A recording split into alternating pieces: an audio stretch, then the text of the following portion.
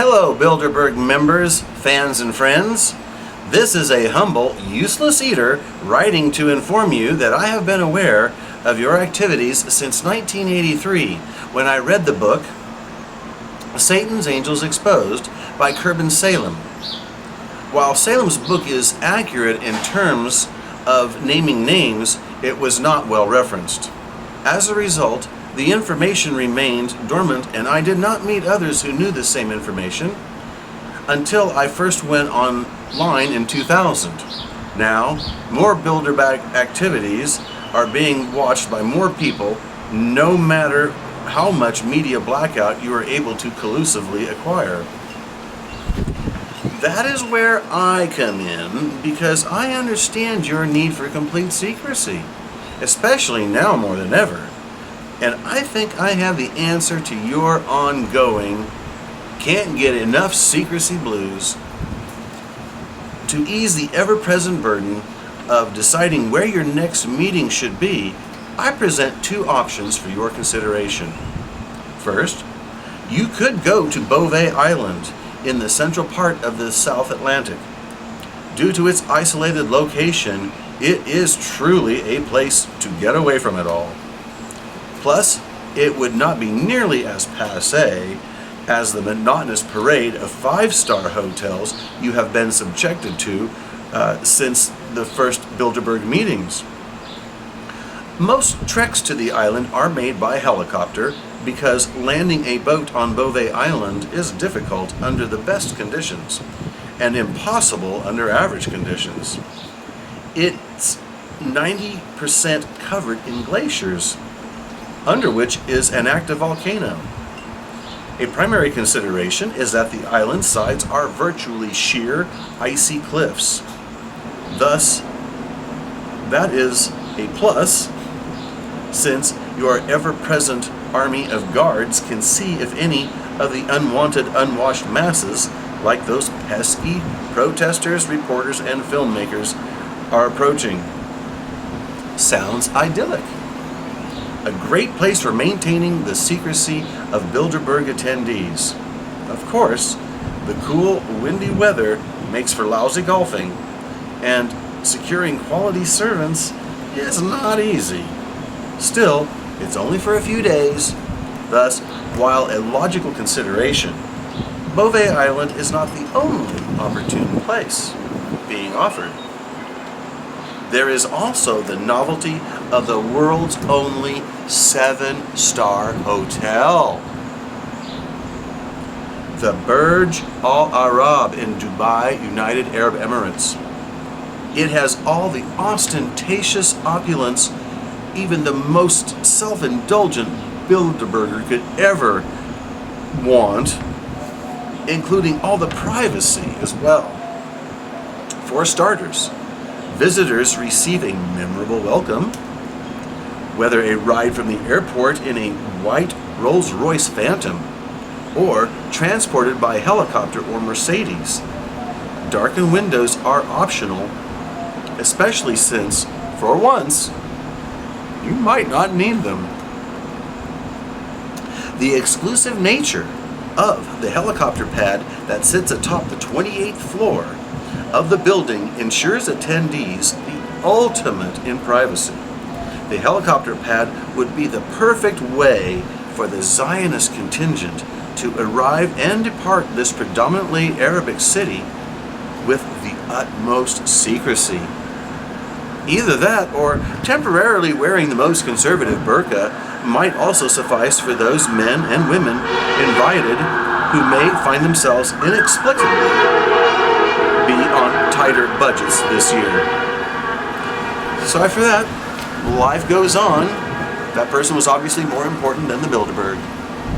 Alrighty, so repeating that last sentence, either that or temporarily wearing the most conservative burqa might also suffice for those men and women invited who may find themselves inexplicably on tighter budgets this year.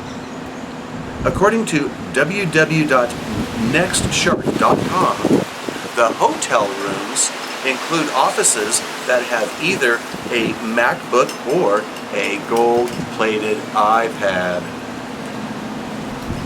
TVs that emerge from mahogany desks are controlled by a remote that also controls the blinds, doors, and can notify a personal butler at any time of day. Of course, there's more. The Burj Al Arab is on the southern coast of the Persian Gulf on the edge of the Arabian Desert, strategically away from all those pesky protesters, reporters, and filmmakers you habitually have arrested. Such luxurious features and more await the attendees so they can practice all the pretension they could ever muster. What more could an arrogant, demanding, egocentric, and pathologically paranoid and perverted participant want? Sounds like a gem of a place to me. Now, the big news.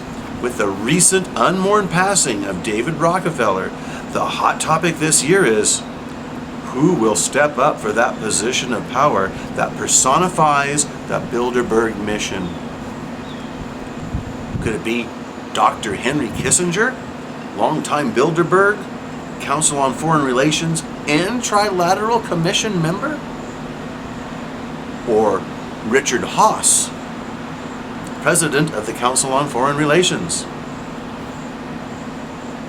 Or how about Narvel Feltz, the undisputed king of rockabilly music? Of course, always filled with intriguingly demented thrills and twists, it must be asked, will the new leader be chosen for their brazen willingness or their stealth for killing more people on their way to the top? Then, still dealing with the Brexit issue and the general awakening of the people is always a concern. Also, more countries will need to fall. As for this year's biggest and juiciest rumor, the Bilderbergers know they need to get better at their sloppily executed false flag operations, because informed global citizens are watching. That issue, along with technology, ongoing concerns about population reduction, and the usual gang of meaningless ideas await the people attending. So there you have it. Beauvais Island or the Burj Al Arab? The cyber attack hub or the beach? More destruction via those oldies but goodies, perpetual war and banker control? Or by the more cumbersome modes of famine or vaccination? Or a combination of both of the two? And of course, there's snow skiing or a jacuzzi. And all of this in the wake of the rise of the Satan you serve. Have fun choosing your location, and be sure not to draw any attention.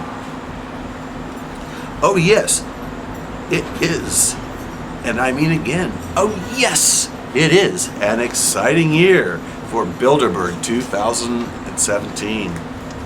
Finally, there is that tiny caveat of which I am obliged to remind the cartel and its minions, and that is that no matter what, it's inescapable that good deeds are done in the light of day. Bilderberg deeds are not done in the light of day. At least you all-seeing, all-knowing owls have the self-destructive satisfaction of doing what you do in the convenient light of the Southwest Asian sun. Oh yeah, Spec says, don't forget your hat, shades, and sunscreen. That's all for today. Until next time, from Paul and Balconius Maximus, go be wonderful.